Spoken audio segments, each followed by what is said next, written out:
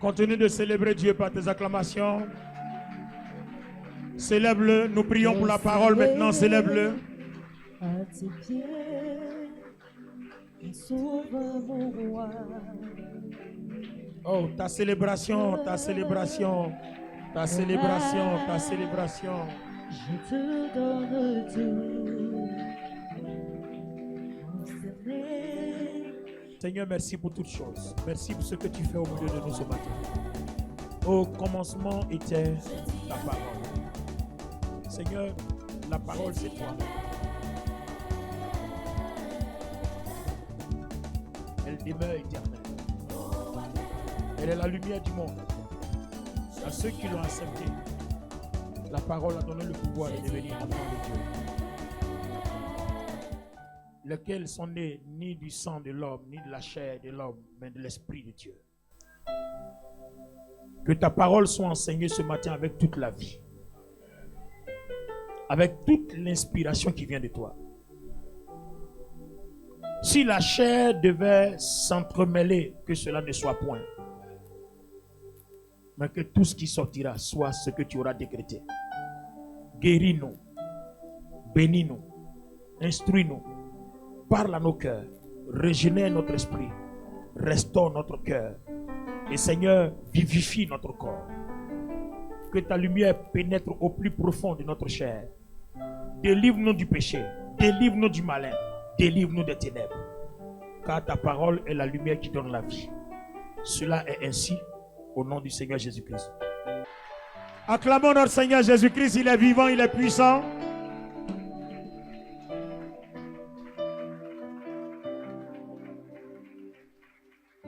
Le livre de Job, chapitre 32, verset 17 jusqu'à 20. Job 32, 17 à 20. Oui, moi aussi exposer mon savoir, car je suis plein de mots à dire, et mon esprit me presse de parler. Et voici, dans mon être intérieur, c'est comme un vin nouveau, qui serait sous pression, comme des outres neuves sur le point d'éclater. Verset 20. Ainsi je parlerai pour respirer à l'aise. J'ouvrirai ma bouche, j'ouvrirai donc la bouche et je répliquerai. Parole du Seigneur. Nous disons Amen. Psaume 39, verset 3. Dans d'autres versions, c'est verset 4. Mon cœur brûlait au-dedans de moi.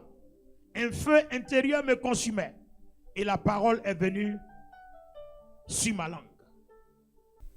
Alors nous poursuivons le message sur la révélation, la partie 2, le message du dimanche dernier, la nécessité de voir spirituellement, la nécessité d'entendre spirituellement, la nécessité de comprendre spirituellement. Alléluia. Alors, nous avons besoin de comprendre que on n'entend pas par nous-mêmes et on ne comprend pas par nous-mêmes. C'est par l'Esprit de Dieu que tout se passe. Gloire à Dieu.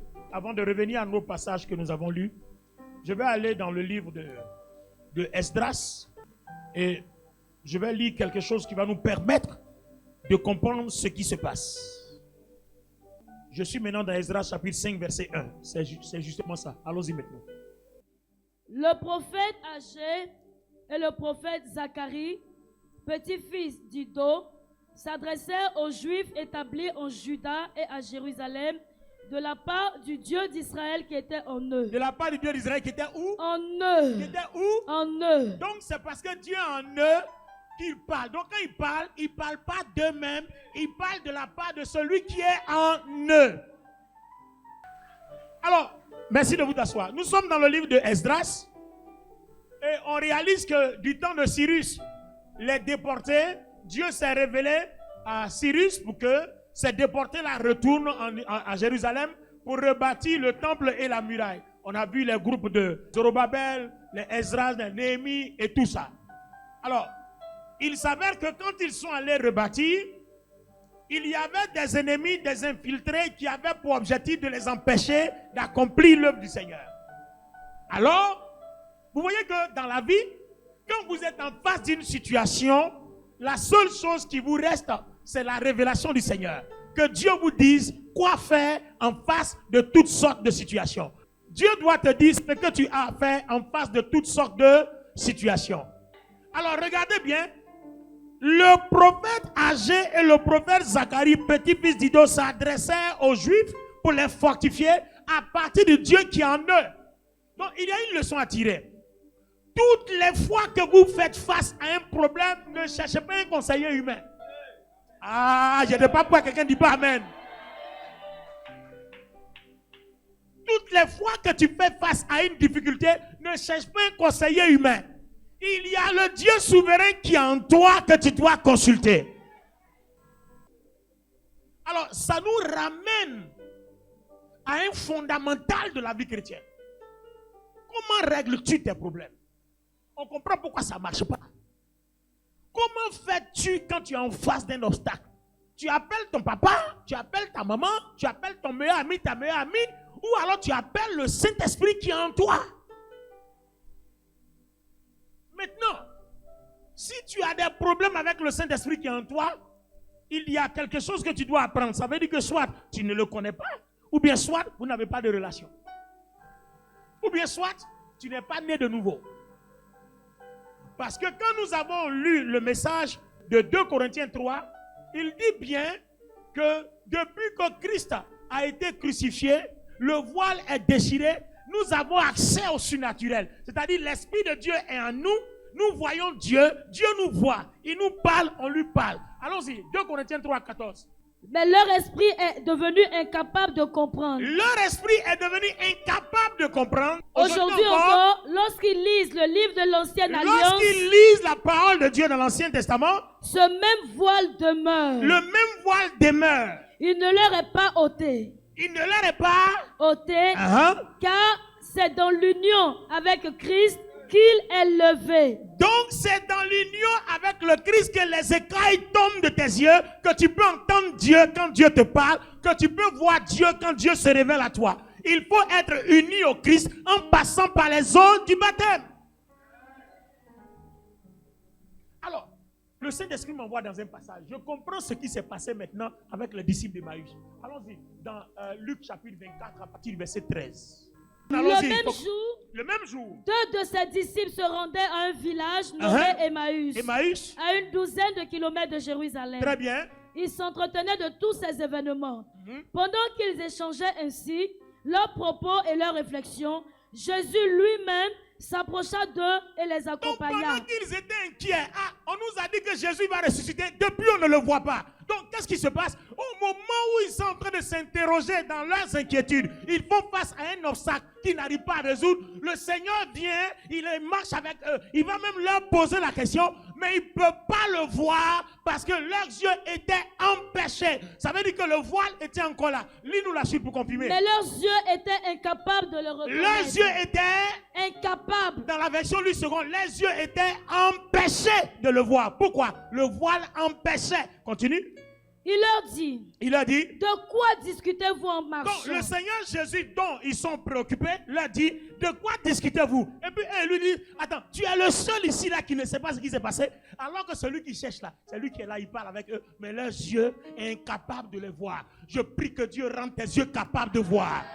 Oh, je prie que Dieu rende tes yeux capables de voir. Oh, donne-moi un amen, église, donne-moi un amen fort. Je prie que tes yeux soient rendus capables de voir. Combien de personnes sont à côté de leur bénédiction et ils cherchent autre chose alors que c'est parce qu'ils ne voient pas. Il y a des choses que Dieu a disposées pour nous. Dieu n'est pas méchant pour nous empêcher d'être bénis, mais c'est parce qu'on est incapable de voir. Je prie que ce qui te rend incapable de voir soit ôté au nom de Jésus. Église, donne-moi un amen bien. Confirme la lecture, confirme la lecture. L'un d'eux, nommé Cléopas, lui répondit. Il répondit à Jésus. Es-tu le seul parmi ceux qui séjournent à Jérusalem? Non, c'est toi seul qui séjourne à Jérusalem qui ne sait pas ce qui s'est passé ici. Quoi donc, leur demanda-t-il? Quand on ne voit pas, regardez comment on parle. Quand on ne voit pas, on devient dingo. Quand on ne voit pas, on devient bête. Lui dit au Seigneur, c'est toi seul qui séjourne ici, qui ne comprend pas l'actualité. L'actualité là. On dit un certain Jésus de Nazareth. Et puis le Seigneur aussi fait comme s'il ne sait pas. Il dit quoi donc? Lis-nous, continue. Il dit, ce qui est arrivé à Jésus de Nazareth, c'était un prophète qui agissait et parlait avec puissance devant Dieu, devant tout le peuple. Nos chefs, des prêtres et nos dirigeants l'ont livré aux Romains pour le faire condamner à mort et clouer sur une croix. Nous avions espéré qu'il était celui qui devait délivrer Israël. Nous avions cru. Espéré. Nous avions espéré. Vous voyez, parce qu'il ne voit pas. Nous avions, vous voyez la conjugaison, non? Nous avions. Donc, tout ce qui nous disait, il ressuscitait les morts, il a ressuscité Lazare. Nous, on pensait qu'il allait ressusciter. Donc, tout ce qu'il nous a dit là, jusque-là, on est là-haut. On n'a rien vu. Donc, c'est dans ça que toi, tu nous trouves là. Donc, voilà les nouvelles actualités que tu ne connais pas là. Du moment là, c'est ça qui est là. Donc, est-ce qu'on peut acclamer la parole de Dieu? Je déclare que Dieu ouvre tes yeux pour ne pas que tu raisonnes comme ça. Vous voyez dans la vie chrétienne, quand nos yeux sont fermés, on devient des raisonnards, des raisonneurs. On raisonne. Quand nos yeux ne sont pas ouverts. Si Dieu t'ouvre les yeux que tu le vois, il y a des choses que tu vas prendre au sérieux. Tu ne vas plus jamais plaisanter avec certaines choses. Regarde ma détermination. Je sais ce que je vois. Je sais ce que j'entends. C'est pour ça que tu me vois ferme comme ça. Quand tu ne vois rien, tu n'entends rien, tu te comportes façon, tu es dans la légèreté, tu es dans le je m'en foutisme. Fais attention. Quand tu vois, tu entends, tu comprends, tu ne joues pas avec. Dieu n'a qu'à ouvrir tes yeux. Un jour, tu vas voir, ne serait-ce qu'un démon. Tu vas voir. Toi-même, tu vas changer ta vie. Tu vas dire, oh, c'est ceux-là qui sont en nous. Le jour où tes yeux vont voir un seul, tu vas dire, plus jamais ceux-là vont habiter en moi. Il faut voir l'horreur qu'il dégage. Tu vas courir après le Saint-Esprit à longueur de journée. Ton fétiche, ta sorcellerie et tout ça, tu vas abandonner. Parce que le jour où tu vas mourir là, c'est eux qui vont t'héberger éternellement. Le Seigneur se comporte en toute humilité et puis il marche avec eux. La suite donne quoi? Il est vrai que quelques femmes de notre groupe nous ont fort étonnés. Elles sont allées au tombeau très tôt ce matin, mais elles n'ont pas trouvé son corps et sont venues raconter qu'elles ont vu apparaître des anges qui leur ont assuré qu'il est vivant. Et regardez comment ils racontent leur vie. Oui, c'est vrai. Quelques femmes sont venues nous dire qu'il est ressuscité. Bon, écoutez, hein, ça là, c'est ce qu'on raconte. Hein. Mais nous-mêmes, on est partis là-bas, on n'a rien vu. Bon, ce qu'elles ont dit là-haut, c'est vrai ou c'est pas vrai. Peut-être que c'est pour nous consoler. Mais bon, nous on est là, hein, nous on s'en va voir autre chose parce que ton affaire de Jésus là, depuis là, ça traîne trop. Donc là, nous on s'en va à Emmaüs, on s'en va faire autre chose. Et regardez la suite. Là-dessus, quelques-uns de ceux qui étaient avec nous se sont aussi rendus au tombeau. Ils ont bien trouvé les choses telles que les femmes les ont décrites. Mais lui-même, on l'a pas vu. Mais lui, ils ne l'ont pas vu. Voilà. Sinon, ce que les femmes ont dit là, on a trouvé certaines choses. Hein. Mais le vrai fondement même, le Christ ressuscité là, on ne l'a pas vu. Hein. Donc, est-ce que ce qu'elles ont dit là même là, est-ce que c'est son vrai? Non, quand je parle terre à terre, tu comprends? Donc, mon ami, si tu n'es pas au courant, voilà ce qui se passe. Donc, si tu sais quelque chose, dis-nous. Sinon, faut aller où tu vas. Nous aussi, on s'en va où on s'en va. Alors, Jésus leur dit. Homme sans intelligence. Homme de peu. Sans intelligence. Homme sans intelligence. Oh, ici, intelligence, ça veut dire esprit. En fait, homme sans esprit. Ici, l'intelligence. Lisez la version grecque et tout ça, vous allez comprendre. Ici, intelligence, c'est esprit. Homme sans l'esprit de Dieu. Donc, vous voyez que si l'esprit de Dieu n'est pas en toi, que vous n'avez pas une dimension, il y a des choses de Dieu que tu n'expérimenteras jamais. Si le Saint-Esprit n'opère pas en toi, il y a certaines dimensions de Dieu, certaines bénédictions de Dieu que tu n'expérimenteras jamais. Il est important que tu fasses tout pour que l'Esprit de Dieu opère en toi à une dimension très élevée. Donne-moi ton amen, Église. Regardez. Église, écoutez. C'est pour tout ça là que Dieu a facilité les choses. Est-ce que vous savez que l'Esprit de Dieu, l'Esprit Saint, est-ce que vous savez que nous l'avons de façon matérielle? Ah ben oui, nous avons l'Esprit Saint de façon matérielle. Bon, attends, il a parlé vite avant qu'on commence à m'insulter. Alors, 1 Jean, le chapitre 4, le verset 5, il faut nous lire. 1 Jean 4, verset 5.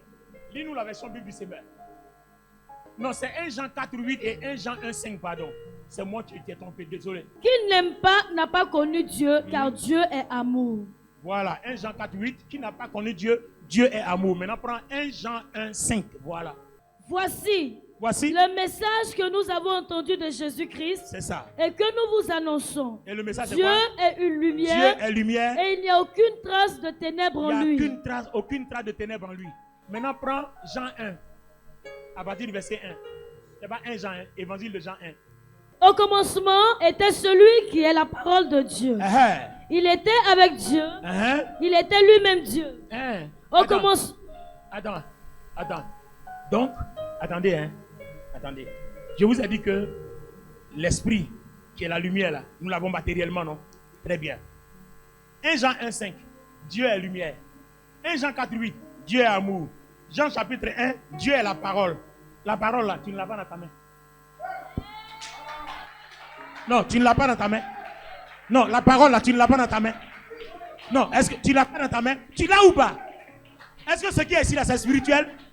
Donc, vous avez quelque chose de matériel et le contact avec la chose matérielle se transforme en spirituel en vous.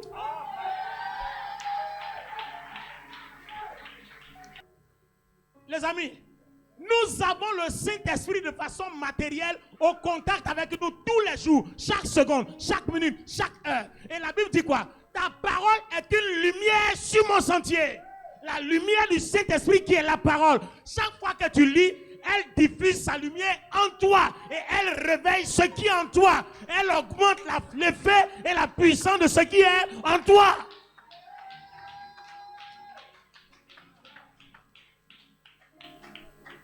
Toutes les fois que vous lisez la Bible, la lumière augmente en vous. Quand vous lisez, que vous acquiescez, que vous croyez, la lumière augmente en vous. Pourquoi je dis que nous avons la parole de façon matérielle? Écoutez-moi les amis. Ça ne vous est pas arrivé souvent de lire votre Bible et puis vous pleurez seul? Bon, ce que tu es en train de lire là, c'est écrit. Ce n'est pas des lettres. Mais la lettre là, c'est esprit. Le Seigneur Jésus a dit, Jean chapitre 6, il dit mes paroles sont esprit et vie. Jean 6, je crois, 63. Oh, cherchez pour moi, pour ne pas qu'on dise je raconte n'importe quoi. Jean 6, 63. Il dit les paroles que je vous ai dites sont esprit et vie. Donc la Bible que tu as, les paroles qui sont dedans, les lettres que vous voyez là, regardez tout ce que vous voyez là, c'est esprit et vie. Donc toutes les fois que tu es en contact avec la Bible, tu es en contact avec le Saint-Esprit directement, de façon authentique. Sans discussion. C'est pour ça que le diable ne veut pas que cette Bible-là, tu la lises. Toutes les fois qu'il t'empêche de lire, il faut le chasser. Parce que c'est ton contact direct et matériel avec le Saint-Esprit.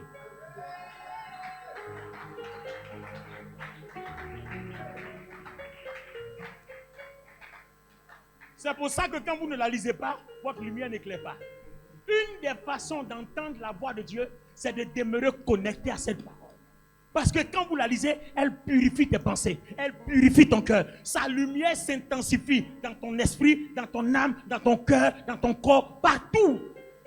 Et surtout, si par la foi tu es d'accord avec ce que tu lis, alors là c'est gâté. Là, c'est...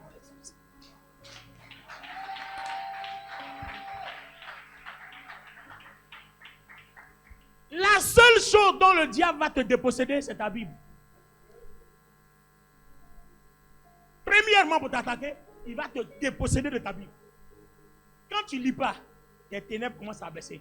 Parce que c'est la lecture de la parole est un des éléments qui nous permet d'avoir la lumière intense pour entendre la voix de Dieu.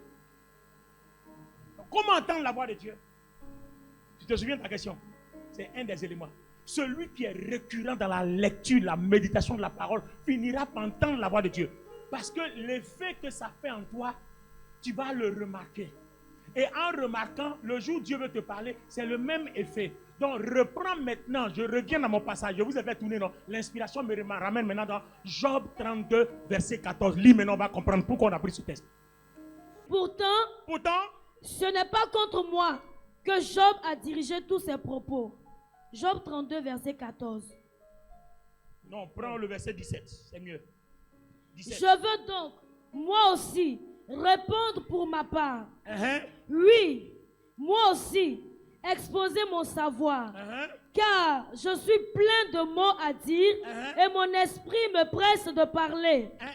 Mon esprit fait quoi? Me presse de parler. Ensuite, voici, dans mon être intérieur, c'est comme un vin nouveau qui seraient sous pression, comme des outres neuves sur le point d'éclater.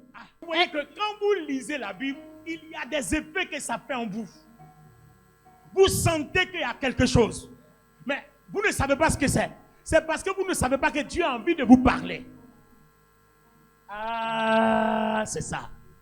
Lis ta Bible régulièrement, tu vas voir. Tu vas apprendre comment Dieu parle. Il y a des effets. Et au fur et à mesure que tu accentues la lecture, ça se développe. Ça se développe. Donc si tu ne lis jamais ta Bible ou bien, ça ne se développera pas. Donc il y a des éléments. Par exemple, il y a la lecture de la parole, il y a la prière, il y a le jeûne et puis il y a la sanctification. La sanctification, je mets ça de côté parce que si tu n'as pas une bonne méditation dans la Bible, une bonne vie de prière, tu ne sais pas prier, tu ne peux pas être sanctifié parce que c'est de là-bas que tu tires la force pour dominer le péché. Donc la sanctification, on met ça en dernière position. C'est ton savoir dans la Bible, ton savoir dans la prière. C'est ça qui te donne la force de dominer le péché. Si tu ne sais pas prier, tu ne sais pas lire les Écritures, tu ne pourras jamais dominer le péché. Donc si tu veux sanctification, on met ça de côté.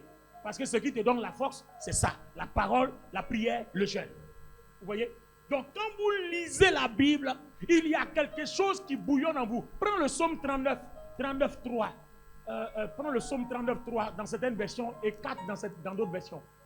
Je me suis renfermé dans un complet silence, sans prononcer une parole, tenu à l'écart du bonheur. Ma douleur s'est disparue. Mon cœur brûlait dans ma poitrine. Mes pensées s'embrasaient en moi. Alors j'ai fini par parler. Mon cœur brûlait dans ma poitrine. Mes pensées s'embrasaient en moi et j'ai fini par parler. Mon cœur brûlait. La parole est un feu. Donc quand vous la lisez, quand ce feu-là s'allume, elle brûle en vous. Elle consume le péché. Elle consume la haine. Elle consume la méchanceté. Elle consume la rancœur. Elle consume tout. Vous allez voir, les chrétiens qui sont rancuniers, coléreux, c'est les chrétiens, vous allez voir, ils ne lisent jamais leur Bible. Ils prient seulement un peu, c'est tout. Ben oui. Vous allez voir un chrétien rancunier, coléreux, qui ne pardonne pas, lit jamais sa Bible. Parce que quand vous lisez la Bible, ça consume tout ce qui n'est pas de Dieu. C'est pour ça que souvent quand tu lis la Bible, tu pleures seul. Et puis tu es là, tu lis, quand tu fais yes, mais oui, c'est ça. Ça vous arrive souvent, non? En tout cas, non, en tout cas pour les habitués. Voilà, en tout cas pour les habitués. Acclame le Seigneur pour les habitués. Pour les habitués, souvent quand tu lis, tu as dit que tu dis, ouais, mais c'est ça. Mais il n'y avait personne, hein. C'est toi et la Bible. En fait, il y a l'esprit qui est matérialisé devant toi. Et quand tu es plongé dedans, lui, il n'est plus la lettre. Tu lis les lettres, mais en fait, c'est esprit. Mes paroles sont esprit. Jean 6, 63. Lis-moi, Jean 6, 63. C'est l'esprit qui vivifie, la chair ne sert de rien. Les paroles que je vous ai dites sont esprit et vie. L'esprit qui vivifie, la chair ne sert de rien. Les paroles que vous lisez dans la Bible sont esprit et vie. Donc, toutes les fois que tu as ta Bible en face de toi, tu es en contact direct avec le Saint-Esprit. Donc, si tu as besoin de voir le Saint-Esprit, ce n'est pas nécessaire. Prends ta Bible, il est là devant toi. Oh, je dis, il est là devant toi. Tu veux voir Jésus-Christ, tu veux voir Dieu le Père, prends ta Bible, il est là devant toi. Il est entre les lignes que tu lis là, son esprit est là. Et tu vas le ressentir, tu vas ressentir son feu, tu vas ressentir son onction, tu vas ressentir sa puissance. Il est là, le Père, le Fils et le Saint-Esprit sont là dans cette parole, ils sont rassemblés là. Vous les avez, tu n'as pas besoin de voir leur visage. Ils sont ici, le Père, le Fils et le Saint-Esprit, leur puissance, leur onction, leur feu, ce qui a vaincu les sorciers, ce qui a vaincu la mort, ce qui a ressuscité Jésus d'entre les morts. C'est ça, voilà ça, c'est ça la parole, esprit et vie. C'est ça. Il n'y a pas autre chose. Donc tu cherches le visage du Saint-Esprit où? Prends ta Bible. Et quand tu prends ta Bible, il te montre son visage dans ton cœur. Non, est-ce que tu as compris? Quand tu lis là, il te montre son visage dans ton cœur. Il te montre son caractère dans ton cœur. Il te révèle sa personne dans ton cœur. Un feu. Il dit c'est comme quelque chose qui bouge en moi. Toi seul tu lis la Bible et puis tu parles seul. C'est parce que quelqu'un te parle. Quand tu lis là, en fait, le problème c'est que tu oublies que lui il est esprit. Donc en fait, toi tu lis les lignes, mais ce que tu reçois là, c'est sa réponse qui te donne là. qui fait ta réaction. Ah oui, mais c'est sa réponse.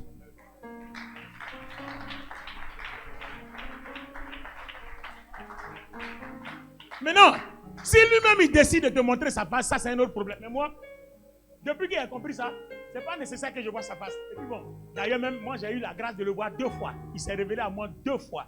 En 1996-97, je l'ai vu 2 fois. J'ai vu le visage du Seigneur 2 fois. Il m'a fait la grâce de le voir. Il est apparu comme ça. Gaïa, il remplit le ciel. Ouh, mais il est beau. Ya, il est beau. Waouh! Une ceinture dorée comme ça. Il m'a regardé comme ça. Il n'a pas ouvert la bouche. Hein. Il m'a regardé. Et puis il a disparu. Une deuxième fois encore, il s'est présenté. Il m'a regardé comme ça. Et puis il a disparu. C'était tout. Depuis 96-97, il n'est plus encore vu qu'aujourd'hui. Parce que c'est déjà suffisant. Alors, lis-nous ce qu'il va faire au disciple de Maïs. On va voir aussi pourquoi il a disparu là-bas. Continue la lecture là où tu t'es arrêté dans Luc 24. Nos chefs, des prêtres et nos dirigeants Oui. l'ont livré aux Romains pour le faire condamner à mort. Voilà, nos chefs et nos dirigeants l'ont livré aux Romains pour le faire condamner à mort. Ensuite, Et cloué sur une croix. Nous avions espéré qu'il était celui qui devait délivrer Israël. on avait espéré ensuite. Mais hélas, Hélas. voilà déjà 3 jours que tout est arrivé. Il est vrai que quelques femmes de notre groupe nous ont fort étonnés. Elles sont allées au tombeau très tôt ce matin. Oui. Mais elles n'ont pas trouvé son corps. Ensuite. Elles sont venues raconter qu'elles ont vu apparaître des anges qui leur ont assuré qu'il est vivant. Là-dessus, quelques-uns de ceux qui étaient avec nous se sont aussi rendus au tombeau.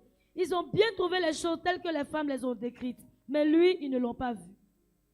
Alors Jésus leur dit, « Ah, homme sans intelligence, Homme sans intelligence. vous êtes bien lents à croire tout ce que les prophètes ont annoncé. Le Messie ne devait-il pas souffrir toutes ces choses avant d'entrer dans sa gloire? » Le Messie doit souffrir toutes ces choses avant d'entrer dans sa gloire. Suivez-moi attentivement. On va découvrir le deuxième élément pour entendre la voix de Dieu. On a vu la parole, d'accord? Comment la parole travaille en nous. On a vu les références dans choses, comment on appelle ça? Job 32 et puis Psaume 39. Maintenant, on s'en va vers le deuxième élément. Continue. Alors, commençons par les livres de Moïse. Commençons par les livres de Moïse, c'est-à-dire l'Ancien Testament. Et parcourant tous ceux des prophètes. Et dans l'Ancien Testament, tous les livres des prophètes. Jésus leur expliqua ce qui se rapportait à lui dans toutes les Écritures. Stop! Donc, quand le Seigneur a vu qu'ils étaient incapables de voir, quel est le remède qu'il leur a apporté? Il a commencé par leur expliquer la parole. Il a commencé par leur expliquer la parole. Les pasteurs, si vous voulez prier pour quelqu'un, vous voulez voir du résultat, quand les gens viennent vous expliquer les problèmes là, ne tombez pas sur eux. Expliquez-leur d'abord la parole. S'il ne peut pas supporter la parole, ne priez pas pour lui parce qu'il n'aura pas de résultat. C'est pour ça que quand je reçois des gens dans mon bureau, je mets du temps. Je prends mon temps pour expliquer la parole. Et quand la personne a compris, maintenant mets-toi à genoux, on va prier. Au nom de Jésus-Christ, il n'y a rien à faire, il aura guérison. Il aura délivrance ou bien il aura miracle. Sauf si, peut-être d'une façon exceptionnelle, Dieu a quelque chose d'autre à faire. Parce que ça aussi, souvent, ça arrive. Donc, par exemple, l'exaucement qu'il devait te donner cette année, il peut décaler à l'année prochaine. Ça aussi, ça arrive. Par expérience, je sais de quoi je parle. Amen. Alors, vous devez comprendre que toutes les fois que vous voulez que quelqu'un reçoive un miracle, on se sert de quoi? La parole. La parole. Il n'y a pas autre chose. Donc, vous voyez, c'est l'Esprit Saint. Il faut toujours que le Saint-Esprit entre dans la personne. Que le Saint-Esprit diffuse sa lumière. Dieu est lumière, Dieu est amour et Dieu est la parole. Donc la parole est la lumière, la parole est l'amour. C'est la même chose. On a Dieu le Père, Dieu le Fils, Dieu le Saint-Esprit qui sont amour, lumière et parole. Continue, vous allez voir quelque chose. Entre-temps, ils arrivaient près du village où ils se rendaient. Jésus sembla vouloir continuer sa route. Donc le Seigneur veut aller plus loin. Et regardez ce qu'ils vont dire. Quand tu ne vois pas clair, c'est pas bon. Mais ils le retinrent avec une vive insistance en disant... Ils vont retenir Jésus. Attends, ancien bien. Donc, ils sont en train de... Regardez, ils sont en train d'avancer. Donc, Jésus veut aller plus loin, Non, viens. Je dis, non, viens, faut pas aller, viens. Il y a des brigands là-bas, ils vont te faire du mal. Papa, viens ici. Faut dormir chez nous, tu es en sécurité. Mais là où tu t'en vas là, c'est-à-dire, lui, il est en train de dire à Dieu, Dieu est en sécurité, lui dans sa maison. Hein? Dieu est en sécurité dans sa maison. C'est-à-dire, si Dieu prend la route là, la nuit là, il est seul, il y a des brigands là-bas. Donc Dieu n'a qu'à dormir dans sa maison. Dieu sera en sécurité. Et l'humilité du Seigneur m'a plu. Hein. Il n'a pas discuté. Il dit, bon, allons-y. Alors, il Donc, entra il dans va la rentrer dans maison leur maison pour être en rester sécurité. avec eux. Voilà, Dieu va être en sécurité dans la maison des hommes. Ensuite, Il se mit à table avec eux, il se met à table avec eux. prit le pain Il prend le pain.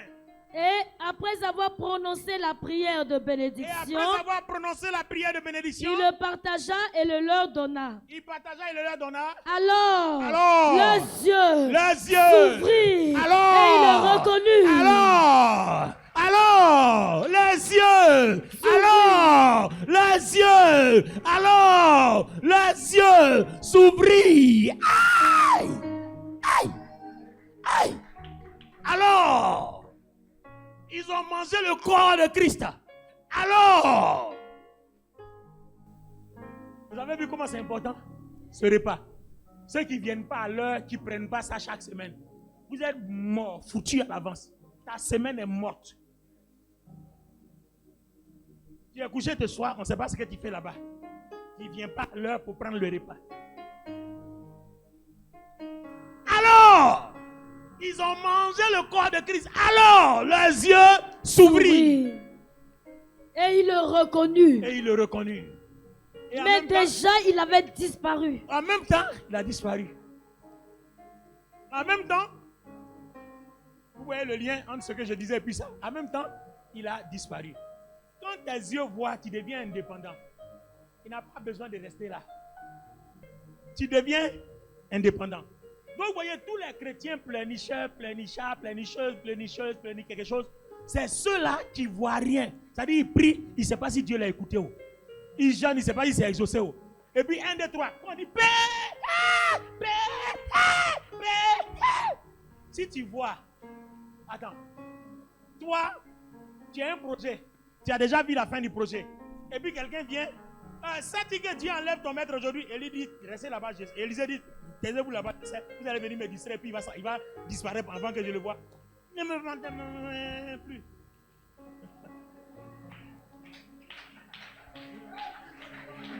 Alléluia! Il dit, je sais. Toi tu as venu même. L'homme, j'ai marché à lui. Toi, tu as venu me dire, et c'est toi qui as même.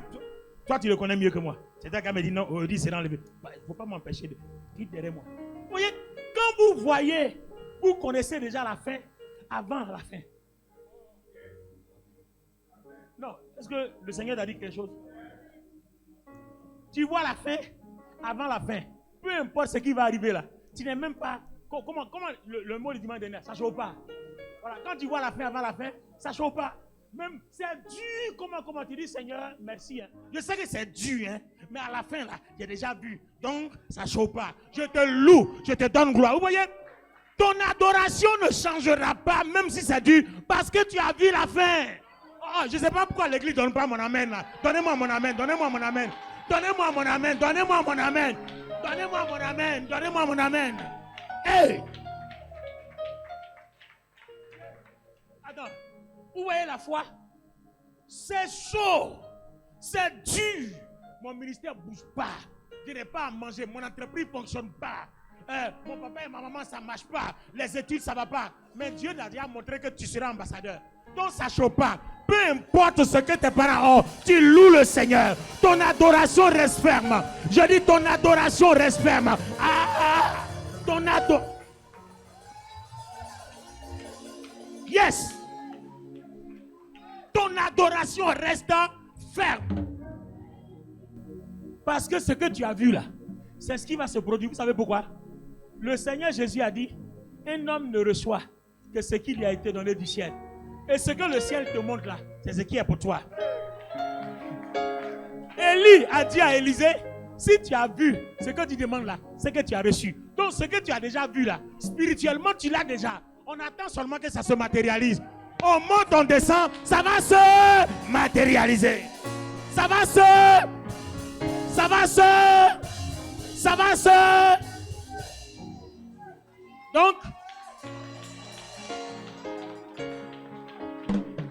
Donc, ça chauffe pas. Donnez-moi à manger, ne me donnez pas à manger, j'ai déjà vu la fin. Alors, Les amis, je vous pose la question. Un d'eux va prendre la parole et c'est là qu'on va terminer.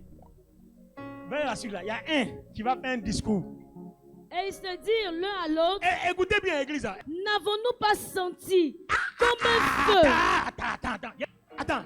Attends.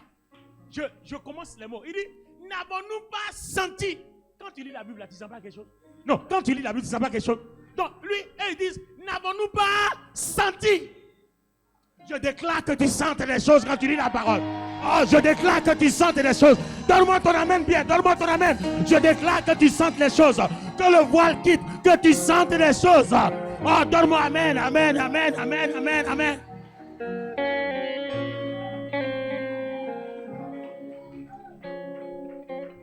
Quand tu sens rien, on dirait Dieu n'est pas là. C'est pour ça qu'il fait tout pour que tu sentes quelque chose.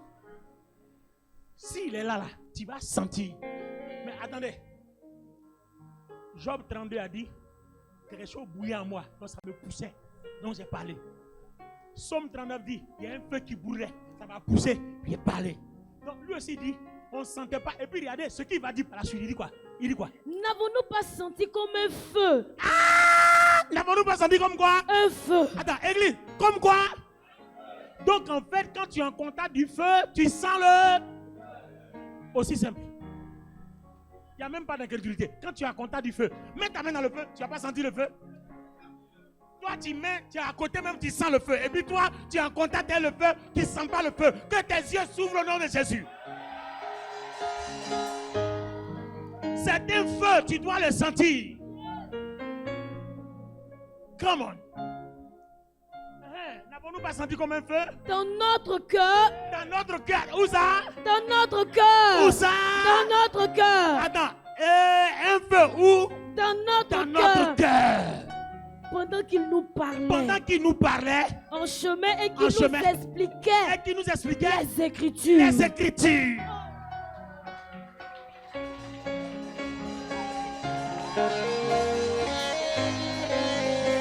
Wow! Wow, wow, wow, wow, wow, wow, wow. Wow, wow. Pendant qu'il nous expliquait la Bible, les Écritures, il y a un feu qui agissait en nous. Que le feu de Dieu agisse en toi au nom de Jésus. Que le feu de Dieu agisse en toi au nom de Jésus. Que le feu de Dieu, au nom de Jésus. Un feu. Wow. Donc, la parole matérielle, c'est le feu qui bout en nous quand on est en contact avec lui. Petite braise, tu approches ta main même. Mais le feu de Dieu, s'il est en toi, quel esprit qui va venir toucher à ta vie? Que Dieu intensifie ton feu au nom de Jésus. Que Dieu intensifie ton feu au nom de Jésus. Que ton Dieu intensifie ton feu au nom de Jésus.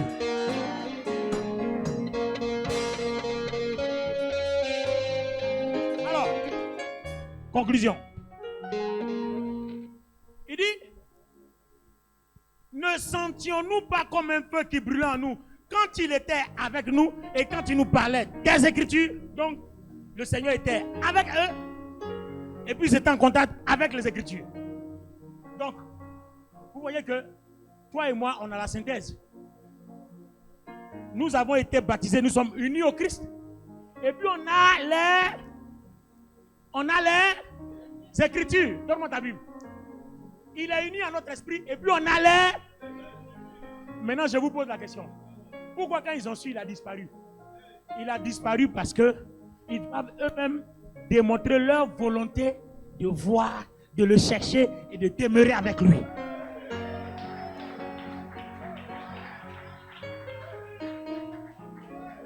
Donc, ma conclusion c'est, est-ce que toi-même tu veux le feu? Parce que si tu veux le feu, tu vas le chercher. Sinon, lui, quand il t'a montré comment on fait là, il a disparu. Hein. À toi de continuer à faire pour que tu demeures dans le feu. Tiens-toi debout.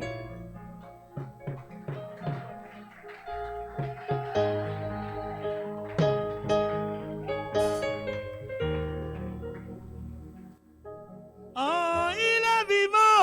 Oh, oh. Jésus est vivant, il n'est pas mort.